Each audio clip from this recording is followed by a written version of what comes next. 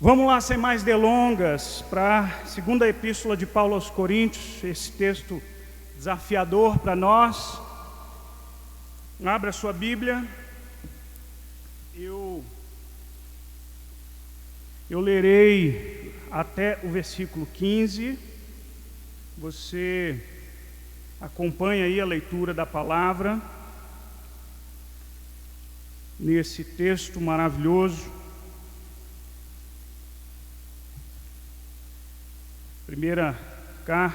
Segunda carta de Paulo aos Coríntios, é o texto que a epístola que a gente está expondo já há algum tempo. Capítulo 11. Olha o que diz a palavra do Senhor. Quisera eu me suportasseis um pouco mais na minha loucura. Suportai-me, pois. Porque zelo por vós com o zelo de Deus, visto que vos tenho preparado para vos apresentar como virgem pura a um só esposo, que é Cristo.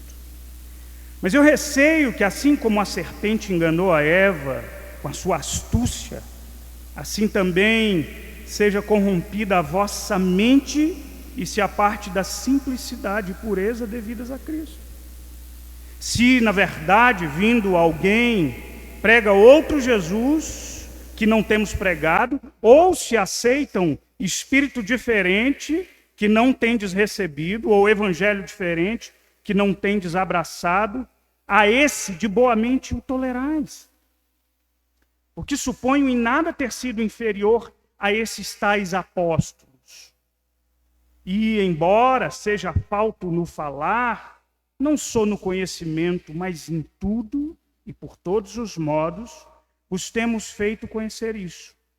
Cometi eu, porventura, algum pecado pelo fato de viver humildemente, para que fosseis vós exaltados, visto que gratuitamente vos anunciei o Evangelho de Deus? Despojei outras igrejas recebendo salário para vos poder servir. E estando entre vós, ao passar privações, não me fiz pesado a ninguém, pois os irmãos, quando vieram da Macedônia, supriram o que me faltava, e em tudo me guardarei de vos ser pesado. A verdade de Cristo está em mim, por isso não me será tirada esta glória nas regiões da Acaia. Por que razão? É porque não vos amo? Deus o sabe. Mas o que faço e farei é para cortar ocasião àqueles que buscam com o intuito de serem considerados iguais a nós naquilo que se gloriam. Porque os tais são falsos apóstolos, obreiros fraudulentos, transformando-se em apóstolos de Cristo. E não é de admirar porque o próprio Satanás se transforma em anjo de luz.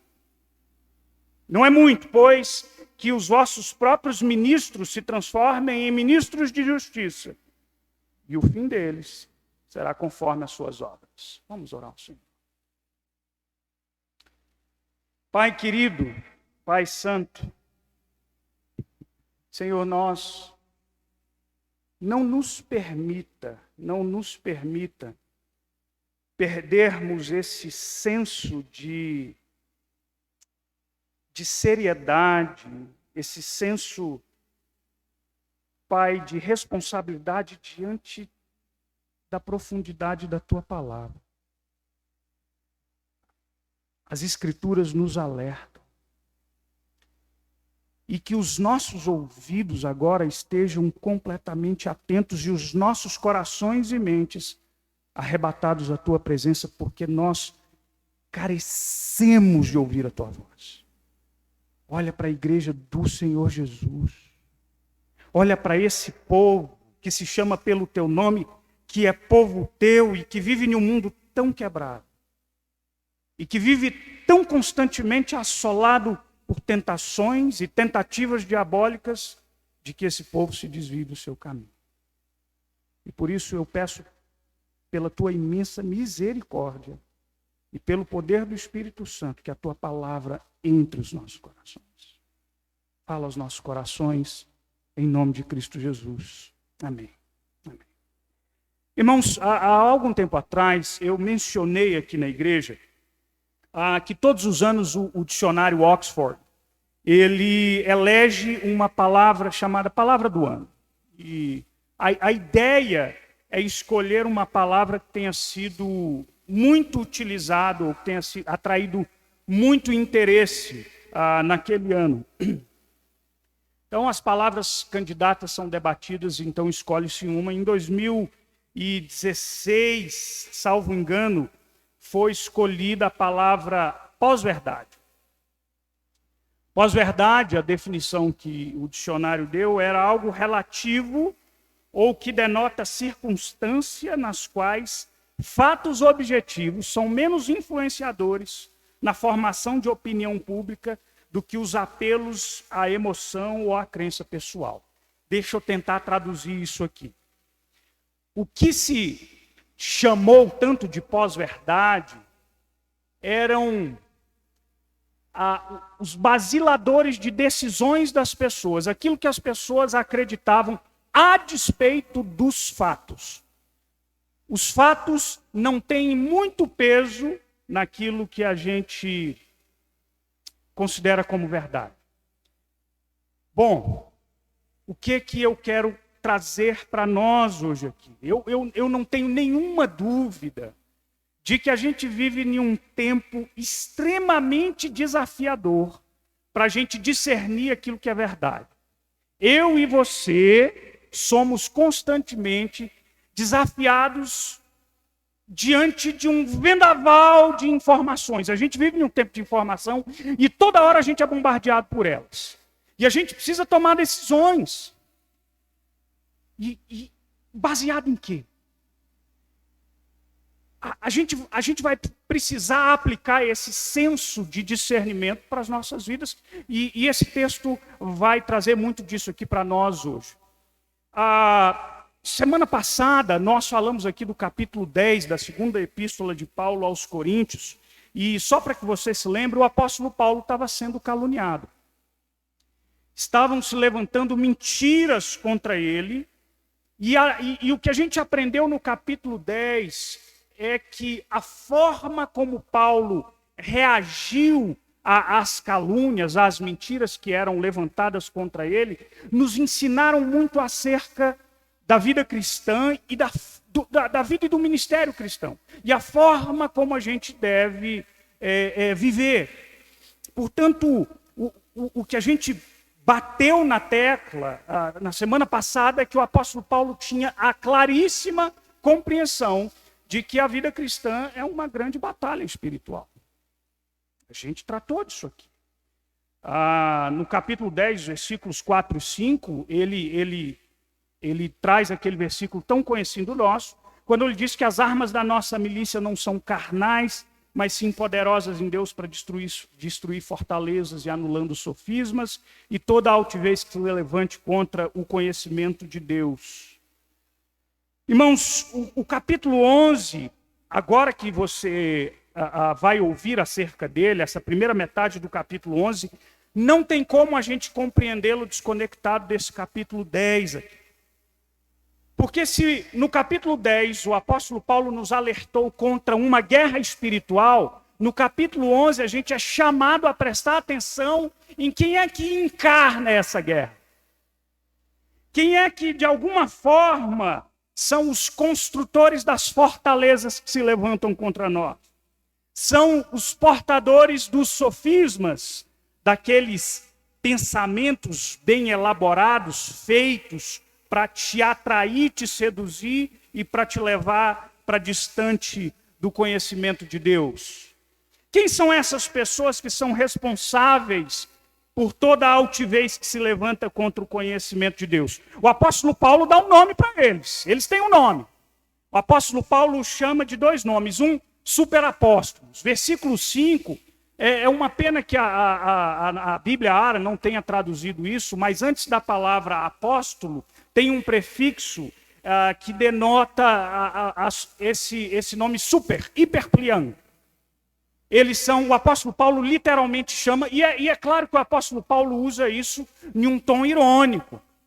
Mas ele está clamando os irmãos que estão julgando, dizendo que ele é fraco, que ele é isso ou que ele é aquilo. Eles estão dizendo, gente, me ouçam um pouco na minha loucura, escutem o que eu tenho a dizer para vocês. O apóstolo Paulo também chama estes homens de falsos apóstolos. São dois termos que o apóstolo Paulo usa para descrever quem são essas pessoas. Irmãos queridos, o alerta de Paulo a Corinto é um alerta extremamente necessário para a igreja hoje. Sabe por quê?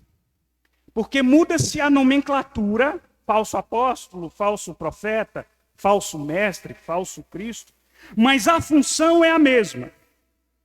Enganar o povo de Deus, corromper a mensagem do Evangelho, amealhar vantagens e benefícios próprios. E o fato, óbvio, mas que eu acho que infelizmente a gente não percebe, ou a gente se esquece, é que estes falsos mestres sempre estiveram aí e sempre estarão aí. E o problema é que eu e você, ou a igreja brasileira como um todo, a igreja que se diz a igreja cristã, ela é muito falha em detectar esses falsos apóstolos, esses falsos mestres, esses falsos cristos. E aí eu fico pensando quais são as razões disso. Eu penso que talvez pela ingenuidade da nossa fé, o povo brasileiro é um povo extremamente bondoso, caridoso, gentil. E eu vejo que a gente tem um certo desconforto em... Bastou a pessoa falar em nome de Deus, a gente diz, puxa, deve ser de Deus. Ou muitas vezes pela falta de um conhecimento bíblico, porque é o conhecimento bíblico que é o parâmetro para a gente discernir o que é verdade e o que não é. Bom, uma coisa é verdade. Se eu e você falharmos em identificar os falsos profetas, irmãos, mais cedo ou mais tarde, em maior ou menor grau, a gente vai sentir as consequências dos seus ensinos mentirosos, as suas influências perversas. E aqui o que eu quero alertar a você é trazer para a igreja de Jesus alguns alertas que o apóstolo Paulo fez para a igreja de Corinto e que servem para nós no dia de hoje. Vamos para o primeiro alerta. Cuidado, os falsos mestres corrompem a mensagem do Evangelho. Eu vou repetir. Cuidado, irmãos. Os falsos mestres corrompem, distorcem a mensagem do Evangelho. Antes de abordar essa temática, deixa eu fazer duas observações muito rapidamente. Quando eu falo de falsos mestres, eu não tenho nenhuma dúvida da existência desses falsos mestres. E quando eu estou dizendo falso mestre, eu estou falando daquelas pessoas deliberadamente corruptas, gananciosas, cujos únicos intentos e interesses são os pessoais. Irmãos, estas pessoas existem. Elas estão aí. Lobos em pele de cordeiro, ladrões disfarçados, mentes de corações corrompidos a serviço do inferno, os falsos mestres estão aí. Existe, eu acredito, que uma outra categoria de líder cristão, eu até fico pensando, eu acredito que é um sujeito, uma pessoa regenerada, mas teologicamente equivocada, e que inevitavelmente vai falar besteiras. Ou vai pregar coisas que não estão em acordo com a palavra de Deus. Esses líderes, às vezes, têm até uma boa intenção, mas a sua mensagem confunde e desvia o povo. A esses líderes, o alerta de Tiago, capítulo 3. Irmãos, não vos torneis muitos de vós mestre, sabemos que havemos de receber maior juízo. Se a intenção é boa ou não é, haverá consequências para o uso distorcido da palavra de Deus. Bom, quanto à mensagem do Evangelho, a observação que eu quero fazer, eu não quero que de jeito nenhum eu soe aqui de alguma forma arrogante, achando que nós da igreja presbiteriana somos os únicos detentores da sabedoria bíblica. Não. Eu não estou falando aqui, irmãos, das diferenças doutrinárias existentes em tantas denominações, mas presta atenção. Há muitas denominações diferentes, mas todas as denominações verdadeiramente cristãs, elas estão embasadas, fundamentadas em princípios sólidos da fé cristã, e que elas não negociam. Eu poderia citar alguns aqui que me vêm à mente. A palavra de Deus como escritura inspirada por Deus, a completa humanidade do Senhor Jesus como o fato dele ser completamente Deus. E existem alguns aspectos, o fato de que somente o Senhor Jesus é o nosso único mediador e único salvador. Percebe que existem aspectos inegociáveis na nossa fé? Portanto, eu entendo que haja diferenças doutrinárias, mas a gente tem que tomar cuidado, porque a gente precisa discernir onde é um ponto que é não essencial da fé, mas onde a nossa fé está sendo corroída por dentro por causa da corrupção da mensagem do Evangelho. Uma das coisas que esses falsos profetas ou falsos apóstolos faziam era tirar a centralidade de Cristo. E presta bem atenção nisso. A centralidade de Cristo é um ponto fundamental da fé cristã. Parece até redundância eu dizer isso. É nesse sentido que a fé cristã ela é vista por muitas pessoas como de alguma forma arrogante. Sabe por quê?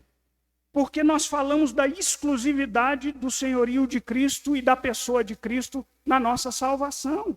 Enquanto as pessoas dizem todos os caminhos levam a Deus, a gente reafirma que o próprio Jesus disse, somente Ele é o caminho, verdade e a vida. É interessante notar que Paulo, preste bem atenção nisso, o apóstolo Paulo nos alerta. Porque se a gente tirar a centralidade de Cristo da nossa fé, outras coisas vão começar a ruir. É como você corroer os alicerces que fundamentam uma construção. Ela vai começar a ter rachaduras, ela vai começar a cair aos poucos até que a ruína seja completa. Sabe de que forma o apóstolo Paulo nos alerta para isso? Está lá no versículo 4. Dá uma olhada no versículo 4. Olha o que ele disse: na verdade, vindo alguém prega outro Jesus, que não temos pregado, ou se aceita um espírito diferente que não temos recebido, ou evangelho diferente que não temos abraçado. E o pior é que eles fazem isso com muita tolerância. O que Paulo está dizendo é, se é outro Cristo, é outro espírito, se é outro espírito, é outro evangelho, é tudo diferente. Não tem como a gente dissociar uma coisa ou comprometer uma coisa sem que a outra seja comprometida. O Brian Croft é um pastor batista que escreveu um livro a pastores sobre o ministério pastoral. Ele faz um alerta aos pastores quanto à necessidade de que a gente seja claro e explícito na pregação do evangelho. Ele diz que a gente precisa ser preciso nessa pregação, sabe por quê? Porque a gente não pode apenas presumir que esse evangelho seja conhecido por você. E aí ele cita o D.A. Carson, que é um teólogo muito conhecido também, e ele diz assim, o D.A. Carson ele diz, olha, uma geração crê no evangelho, a geração seguinte presume o evangelho, a geração seguinte nega o evangelho. Pensa comigo, quem é o Cristo que você professa? Se você for perguntar para boa parte das religiões que nos cercam, elas vão afirmar que você diz assim, você crê em Cristo? Até os adoradores do diabo dizem, olha, se Jesus foi um homem sábio que pisou nessa terra, mas ele foi só isso. Quem é Jesus para você? O Cristo bíblico? O Cristo da palavra? O Cristo do evangelho?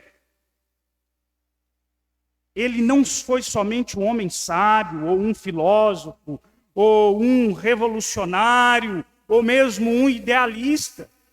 Jesus foi o Filho de Deus encarnado, o Cordeiro de Deus que tira o pecado do mundo, o único e suficiente Salvador.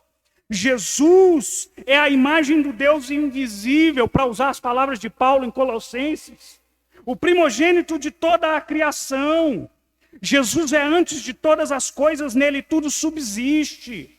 Jesus é o cabeça do corpo que é a igreja. Ele é o primogênito de entre os mortos. Jesus é a luz do mundo, é a água viva, é o pão da vida, o supremo pastor, o maravilhoso conselheiro, o príncipe da paz. Esse é o Jesus que a gente professa. O C.S. Lewis escreve uma coisa interessante. Ele diz assim, olha, imagina você vindo um homem no nosso mundo dizendo assim, eu sou Deus. Eu sou Deus. Como é que você lidaria com esse homem?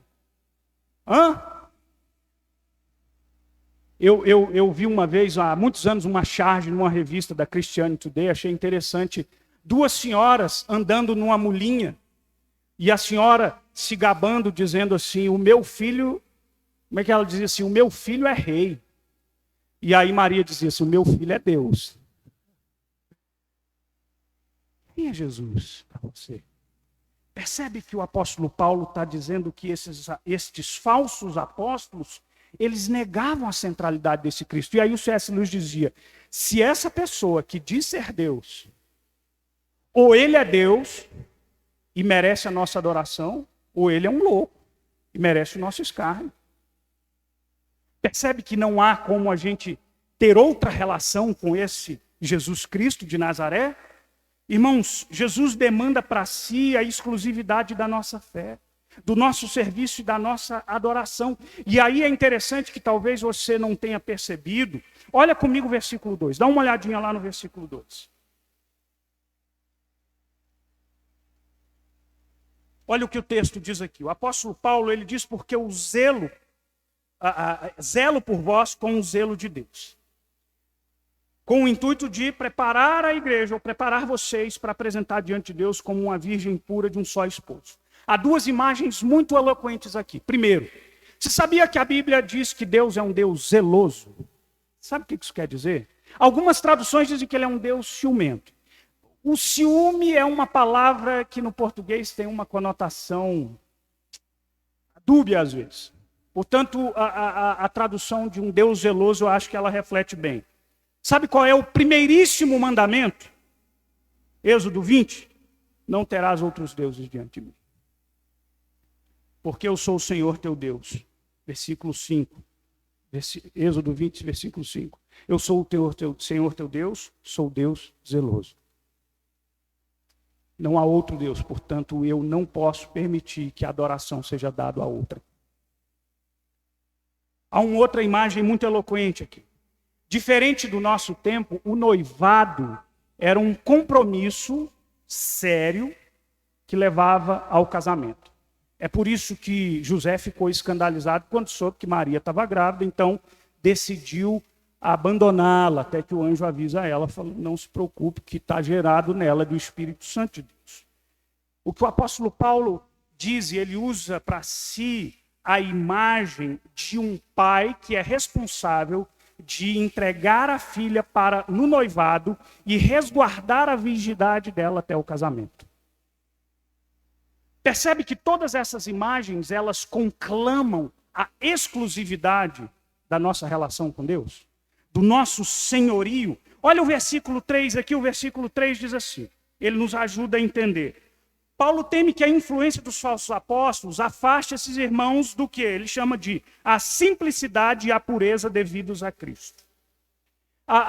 Talvez na sua Bíblia, eu não sei qual é a tradução, algumas Bíblias traduzem não simplicidade, mas elas falam sinceridade. Por quê? Eu acho legal a ideia que essa palavra nos dá, porque é uma palavra grega chamada aplotetos. Ela é a palavra que normalmente é usada como oposto de hipocrisia. Qual que é a ideia de hipocrisia? A palavra hipocrisia era usada no contexto do teatro grego.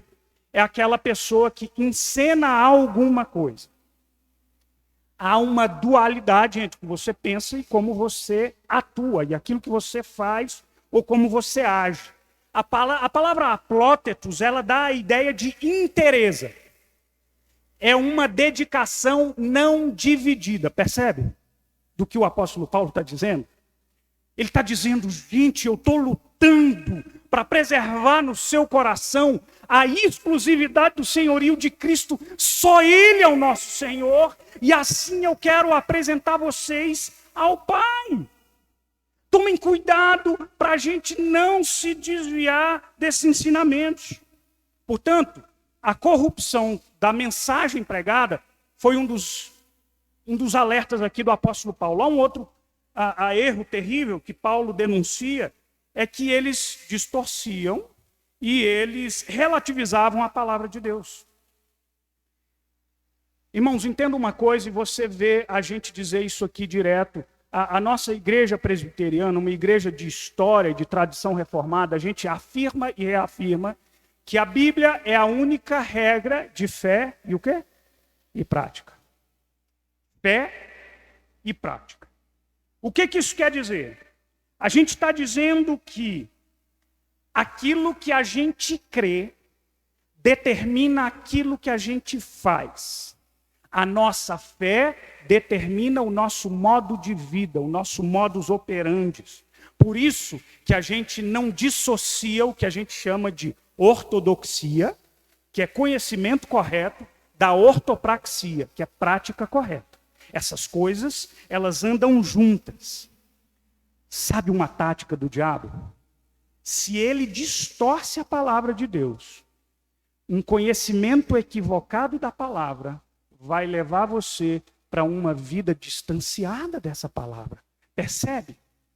Percebe como essas duas coisas estão atreladas? Sabe o que Paulo diz? Paulo dá o exemplo de Eva, que foi tentada pela serpente de forma muito astuta. Gente, Satanás é sagaz. Vamos lembrar como é que foi a tentação de Eva? Vamos lembrar como é que foi a tentação desse casal lá no Éden? Ora, Gênesis 2, 16 e 17, Deus, gente, cria aquela maravilha daquele jardim e diz assim, é seu, aproveita. Mas de toda árvore você pode comer livremente, mas tem uma árvore, essa árvore chama a árvore do conhecimento do bem e do mal, dela você não vai comer, porque se você comer, você vai morrer. Você que é menino, você já foi, eu não sei, talvez não os meninos dessa época, mas eu ainda fui uma geração que conseguiu brincar na rua. E a laranjeira do quintal daquela senhora mais brava da rua era a laranja mais cobiçada pelos adolescentes, que não eram muito de Deus também, não. Essa coisa do fruto proibido se torna cobiçoso e o diabo joga com essa cobiça. Aí, no capítulo 3, a queda. Aí a serpente, sagaz, ela diz assim, olha só, olha o que ela diz. É assim que Deus disse, é uma interrogação, uma pergunta, tá? Não comereis de toda a árvore do jardim? Olha o que o diabo está fazendo. Ele está dizendo assim, mas Deus disse isso mesmo? Logo em seguida, ela continua, dizendo assim, e a serpente disse à mulher, é certo que não morrereis. Porque Deus sabe que do dia que vocês, no dia que dela comerdes, vos abrirão os olhos, e como Deus sereis. Presta atenção na dinâmica do diabo aqui. Primeiro, ela diz assim, Deus não disse isso não. Depois, ela diz assim, olha, mas não vai ser tão ruim se você cometer isso. E o terceiro, ela apresenta uma tentação sedutora. Se você comer dessa árvore, você vai ser como Deus. E essa é a tentação de todo o coração humano, desde que a queda adentrou e corrompeu os nossos corações. A gente quer ser Deus, a gente quer ser dono da nossa vida. A gente quer determinar as nossas regras. Do jeito de Deus a gente não quer. Irmãos, vocês já ouviram a afirmação de que ideias têm consequências? Já ouviu essa afirmação? Se não, grava essa afirmação na sua cabeça. Irmãos, ideias têm consequências. Primeiro, a nossa mente é corrompida. As bases da nossa fé são corroídas. Depois, tudo que está construído sobre ela ruirá, virá abaixo. E a consequência é que, depois de ruína terrível, a sua vida será reconstruída sobre outras bases. É isso que o diabo faz. Em outras palavras, nas palavras do próprio Senhor Jesus, em João, ele vem para roubar, matar e destruir. Cuidado com os falsos profetas. Segundo alerta de Jesus, do apóstolo Paulo para nós, cuidado, os falsos mestres são eloquentes. Irmãos, você sabe que eu percebo que há uma característica predominante na maioria daqueles líderes com alto poder de influência, a eloquência. Essas pessoas sabem usar as palavras, elas sabem cativar os ouvidos e os corações dos seus ouvintes. E aqui eu preciso fazer um parêntese, tá? Nada contra a eloquência em si. Aliás, eu acho que todo pastor precisa manejar bem, usar bem as palavras, não manipulá-las. O problema da eloquência é a serviço de quem ela está. Ela está servindo a quem? Qual é o propósito do uso eloquente das palavras? Esse é o problema. Você sabe que o apóstolo Paulo reconhece que ele nem é tão eloquente assim? Sabe que eu fiquei curioso, falei, gente, eu queria ouvir um podcast de Paulo. Só um podcast rapidinho, só para eu ver como que era. Será como era? Mas sabe por quê, gente? Paulo está falando, e você precisa se lembrar disso, a igreja de Corinto era uma região extremamente paganizada. Encharcada da cultura greco-romana, das filosofias gregas. E aí é interessante que o apóstolo Paulo diz assim no versículo 6, e embora eu seja fraco no falar, não sou no conhecimento. Sabe que palavra é essa no grego que ele descreve, que a Bíblia traduziu aqui como fraco no falar? Idiotai. E aí a palavra idiota não para nós virou sinônimo de estúpido, né? A palavra idiota é sem conhecimento, sem treinamento. Portanto, ele está dizendo assim, olha, eu não sou muito habilidoso nas palavras. A NVI traduz o versículo 6 assim, eu posso não ser um orador eloquente, contudo eu tenho conhecimento. Sabe o que me chama a atenção? E para você entender isso, você precisa se lembrar, eu disse da cultura grega, existia a figura, a retórica era uma arte muito apreciada e valorizada. Eu não sei se você lembra, semana passada a gente falou dos sofistas. Sabe quem eram os sofistas? Eram uma espécie de seita filosófica de gente que ganhava dinheiro para treinar pessoas para ganharem debates públicos.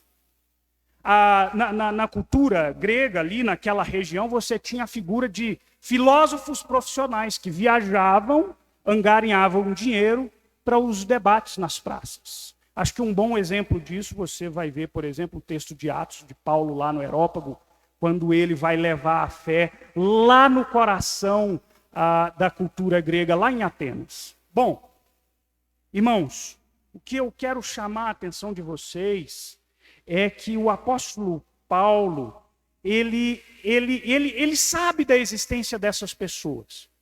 E lá no capítulo 2, versículo 1, o apóstolo Paulo, lá da primeira epístola, o apóstolo Paulo diz assim, eu, irmãos, quando fui ter convosco, anunciando o testemunho de Deus, eu não fiz com ostentação de linguagem de sabedoria. A pergunta que a gente faz aqui é, por que é interessante esses irmãos questionavam a veracidade? Será que esse Paulo é apóstolo de verdade? Gente, o que eu quero chamar a sua atenção aqui é que nós não podemos ser ingênuos. A gente não pode ser enganado por qualquer discurso, por mais bem elaborado ou arrebatador que ele pareça.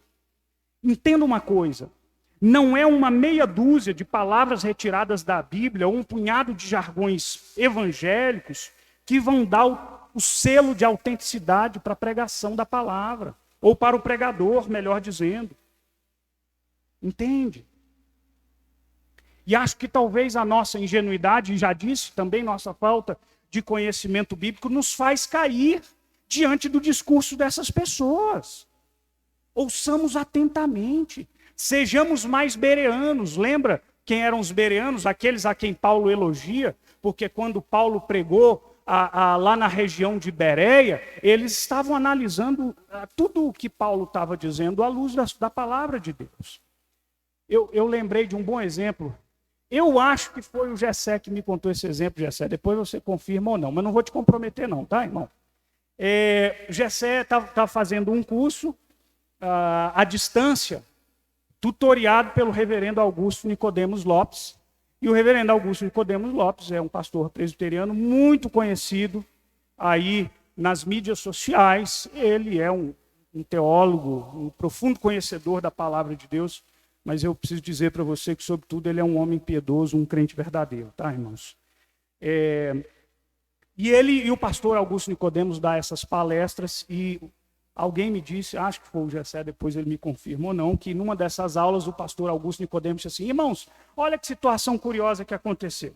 Depois de uma aula ou de uma pregação, de uma irmã que assistiu à pregação, chegou para o pastor Augusto Nicodemos e disse assim: reverendo Augusto, olha como eu gosto de ouvi-lo.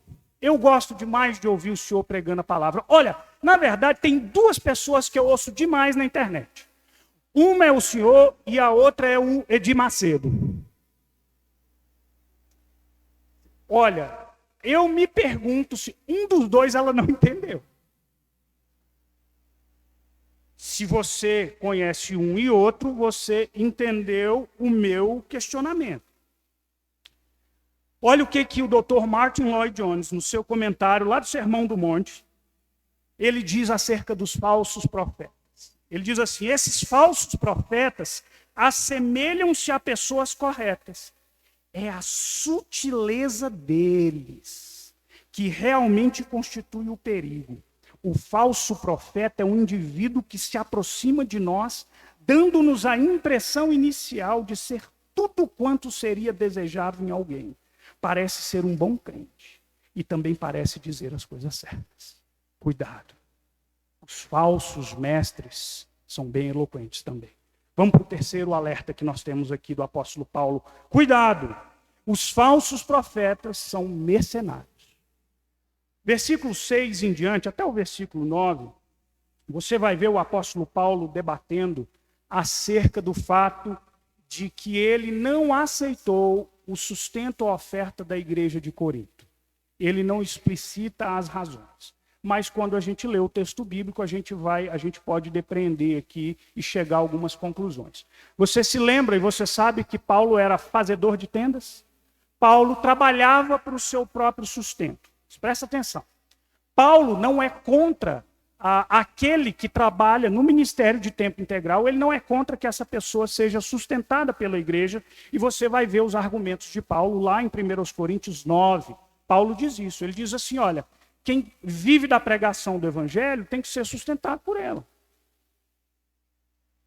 Mas uma coisa interessante, Paulo não aceitou a oferta da igreja de Corinto, mas aceitou das igrejas da Macedônia. Uma delas é Filipos, a igreja lá dos filipenses. Você vai ver isso lá na carta de Paulo aos filipenses. Ele agradece porque aqueles irmãos o supriram em todas as coisas. Qual é a razão de Paulo não ter aceitado? E aí Paulo faz uma pergunta retórica lá no versículo 11, ele diz assim: é porque eu não vos amo? Ele diz assim: Deus sabe que amo. Irmãos, o que a gente percebe aqui, eu acho que um comentarista, um comentário bíblico dessa epístola, de Paul Barnett, ele diz uma coisa interessante. Eu já disse da cidade de Corinto, tão permeada pela cultura e pelos costumes greco-romanos. Esses filósofos que viajavam, eram itinerantes, esses sofistas, eles exploravam o povo, eles pegavam o dinheiro das pessoas. E o apóstolo Paulo não queria, de alguma forma, ser associado a essas pessoas.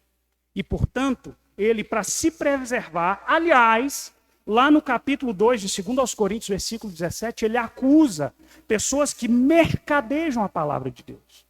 E o apóstolo Paulo, então, para se resguardar, ele diz assim: não foi por isso, eu não aceitei essa oferta de vocês.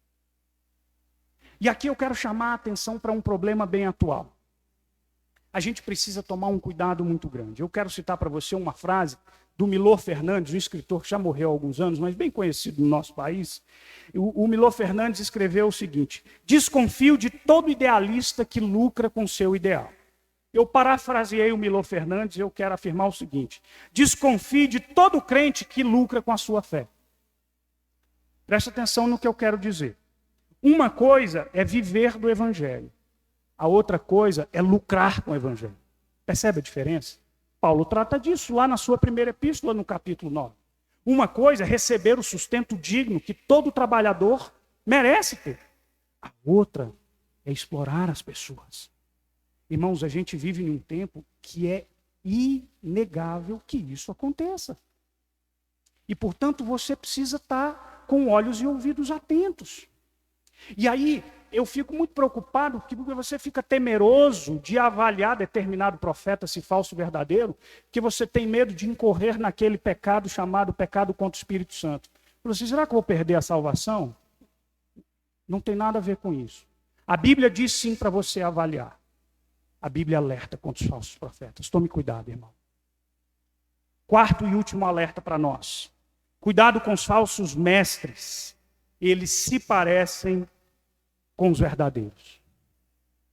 E aí você deve estar se perguntando como é que parece um falso, como é que a gente pode descrever um verdadeiro mestre?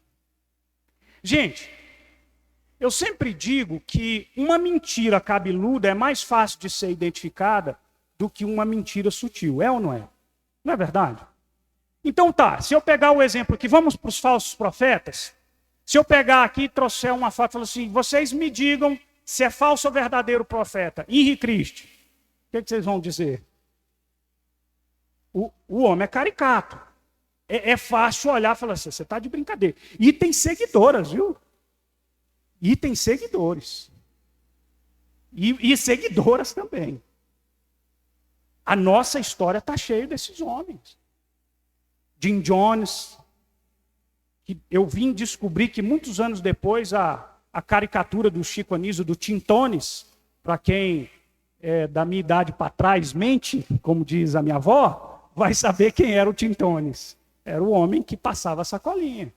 Isso, ó, presta atenção. Os falsos mestres, eles são difíceis de serem identificados. Por uma razão simples. Eles se parecem com os mestres verdadeiros, irmãos. Os falsos mestres são mestres nos disfarces. Paulo sabia bem disso. Mas Paulo os reconhece. E ele diz que eles são obreiros fraudulentos, disfarçados em apóstolos de Cristo. Versículo 13. Mas olha aí o versículo 14, onde é que eles conseguiram um treinamento para tão bom disfarce. Versículo 14. E não é de admirar, porque o próprio Satanás se disfarça de anjo de luz. Portanto, não deveria surpreender que os seus próprios ministros se disfarcem de ministros de justiça. Olha aqui para mim. Irmão, Jesus nos alerta contra os falsos profetas também. E de novo, eu clamo a você, crente em Cristo, que não haja com ingenuidade. E preste atenção, eu quero que você diferencie aquilo que é juízo temerário. Quando o Senhor Jesus diz assim, não julgueis para não ser julgado, isso é juízo temerário. É um juízo leviano, sem base. Agora, se você depois abrir a sua Bíblia em João 7, 24, o Senhor Jesus diz assim, julgue não levianamente, mas como baseado em um fato que seja concreto. O Senhor Jesus nos ensina isso. Deixa eu ler esse texto para você rapidinho, para não ficar só na minha palavra aqui. Não julgueis segundo a aparência, e sim pela reta justiça. É o que diz a Bíblia. Portanto, a gente tem que estar atento. A gente tem que estar atento para avaliar. E o Senhor Jesus nos fala dessa semelhança. Mas o próprio Senhor Jesus nos alerta lá em Mateus 27, quando ele diz, nem todo o que diz Senhor, Senhor, entrará no reino dos céus. O Senhor Jesus diz, muitos naquele dia vão dizer, Senhor, Senhor, porventura não temos nós profetizado em teu nome não expelimos demônio, em teu nome não fizemos muitos milagres. Presta atenção. Esses homens não só professaram a fé cristã, chamaram a Jesus de Senhor, como foram operadores de milagres, expulsadores de demônios. Mateus 24, o Senhor Jesus diz: porque surgirão falsos cristos e falsos profetas, operando sinais e prodígios para enganar, se possível, você, dentre os eleitos de Deus. Irmãos, eu quero caminhar para a gente encerrar. Eu quero lembrar algumas coisas a você. Eu quero pedir, eu quero clamar a você. Fique atento. Encha o seu coração da palavra, que vai te dar um critério para essa avaliação. Encharque a sua vida e os seus ouvidos com as Escrituras, para que você tenha a capacidade de identificar aqueles que falam em nome de Jesus, mas que pertencem ao diabo. Os falsos profetas estão aí. O pastor Osmar Ludovico escreveu um texto maravilhoso, falando sobre pastores e lobos. Eu preciso ler esse texto para você, escuta bem. Ele diz assim: pastores e lobos têm algo em comum. Ambos se interessam e gostam de ovelhas e vivem perto delas. Assim, muitas vezes, pastores e lobos nos deixam confusos para saber quem é quem. Isso porque os lobos desenvolveram uma astuta técnica de se disfarçar em ovelhas interessadas no cuidado de outras ovelhas. Parecem ovelhas, mas são lobos. No entanto, não é difícil distinguir entre pastores e lobos. Urge a cada um de nós exercitar o discernimento para descobrir quem é quem. Pastores buscam o bem das ovelhas. O lobo busca os bens das ovelhas. Pastores gostam do convívio das ovelhas. Lobos gostam das reuniões. Pastores vivem à sombra da cruz. Lobos vivem à sombra dos holofotes. Pastores choram por suas ovelhas. Lobos fazem as ovelhas chorarem. Pastores têm autoridade espiritual. Lobos são autoritários e dominadores. Pastores têm esposas. Lobos têm coadjuvantes. Pastores têm fraquezas. Lobos são poderosos. Pastores olham nos olhos. Lobos contam cabeças. Pastores apaziguam as ovelhas. Lobos intrigam as ovelhas. Pastores são ensináveis. Lobos são donos da verdade. Pastores têm amigos. Lobos têm admiradores. Pastores se extasiam com o ministério. Lobos aplicam técnicas religiosas. Pastores vivem o que pregam. Lobos pregam o que não vivem. Pastores vivem de salários. Lobos enriquecem. Pastores ensinam com a vida. Lobos pretendem ensinar com discursos. Pastores sabem orar no secreto. Lobos só oram em público. Pastores vivem para suas ovelhas. Lobos se abastecem delas. Pastores são pessoas humanas e reais. Lobos são personagens religiosos e caricatos. Pastores vão para o púlpito. Lobos vão para o palco. Pastores são apacentadores. Lobos são marqueteiros. Pastores são servos humildes. Lobos são chefes orgulhosos. Pastores se interessam pelo crescimento das ovelhas. Lobos se interessam pelo crescimento das ofertas. Pastores apontam para Cristo. Lobos apontam para si mesmo. Pastores são usados por Deus. Lobos usam as ovelhas em nome de Deus. Pastores sujam os pés nas estradas. Lobos vivem nos palácios. Pastores alimentam as ovelhas. Os lobos se alimentam delas. Pastores buscam a discrição. Lobos se autopromovem. Pastores usam as escrituras como texto. Lobos usam as escrituras como pretexto. Pastores se comprometem com o projeto do reino. Lobos têm projetos pessoais. Pastores vivem uma fé encarnada. Lobos vivem uma fé espiritualizada. Pastores ajudam as ovelhas a se tornarem adultas. Lobos perpetuam a infantilização das ovelhas. Pastores confessam pecados. Lobos expõem os pecados dos outros. Pastores pregam o evangelho. Lobos fazem propaganda do evangelho. Pastores são simples e comuns. Lobos são vaidosos e especiais. Pastores têm dons e talentos. Lobos têm cargos e títulos. Pastores são transparentes. Lobos têm agendas secretas. Pastores pastoreiam as ovelhas e os lobos as seduzem. Pastores trabalham em equipe. Lobos são primadonas. Pastores ajudam as ovelhas a seguir livremente a Cristo. Lobos geram ovelhas dependentes e seguidoras deles mesmos. Pastores constroem vínculos de interdependência. Lobos aprisionam em vínculos de codependência. Os lobos estão aí. Cuidado para não cair nas mãos deles, irmãos. Concluo com um apelo a 2 grupos de pessoas.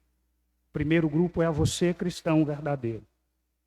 Não há mais espaço para a ingenuidade da fé. Jesus nos deu critérios objetivos que precisam ser aplicados. Conhecimento da própria palavra, maior critério que nos dará discernimento para identificar falsos profetas. E a avaliação dos frutos, Mateus 7,16. Porque a gente conhece a qualidade da árvore pelo fruto que ela dá.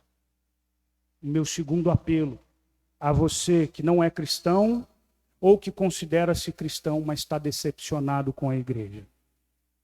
Talvez você já tenha sido ferido por um falso profeta. Talvez você carregue no seu corpo as marcas das garras deixadas pelas garras de lobos vorazes. Eu tenho 2 coisas para dizer para você. Primeira, olhe para o verdadeiro pastor, irmão. O nome dele é Jesus Cristo de Nazaré. Ele veio a esse mundo para salvar as suas ovelhas e para isso ele se fez como uma delas. E ele próprio se entregou nas mãos de lobos sanguinários, foi abatido cruelmente. O sangue desse pastor foi derramado por nós. Ele foi de pendurado numa cruz para escárnio do mundo. Mas ele ressuscitou. E ele é o nosso supremo pastor e ele chama você. Vem fazer parte do rebanho dele. Ele vai cuidar de você. Meu segundo alerta a você que não é cristão ou que é um desigrejado, nós somos falhos e limitados. E eu sei que às vezes os falsos profetas, eles passam despercebidos. A metamorfose desses pastores é tão satanicamente similar que eles podem nos enganar. É verdade. Mas eu quero dar uma boa notícia para você. E uma má notícia para eles. Vai chegar um dia que eles não vão enganar aquele que sonda as nossas mentes. Vai chegar um dia que eles estarão diante daquele que discerne perfeitamente os mais profundos intentos do coração. E sabe o que eles ouvirão desse pastor? Apartai-vos de mim. Eu não conheço vocês. Nesse dia o joio será definitivamente separado do trigo, lançado no fogo, para queimar eternamente. Sabe o que o apóstolo diz lá no versículo 15, finalzinho? O fim deles será conforme as suas obras. O nosso Senhor virá um dia, voltará um dia, e a sua justiça será cabal. Feche os seus olhos, vamos orar ao Senhor. Pai querido, obrigado pelo alerta da tua palavra. Senhor, nós nos colocamos na presença do Senhor. E nós pedimos que o Senhor tenha misericórdia dessa igreja, de cada crente, de cada pessoa que aqui está. Livra-nos das garras dos mentirosos. Livra-nos dos discursos sedutores dos falsos profetas. Nos ajuda para que a gente seja uma igreja centrada na tua palavra. Uma igreja fundamentada aos pés do Senhor Jesus. Abençoa cada um de nós e livra-nos destes lobos vorazes que tão mal fazem a igreja de Jesus Cristo. Nós oramos ao Senhor e agradecemos por tudo e por teu cuidado em Cristo Jesus. Amém.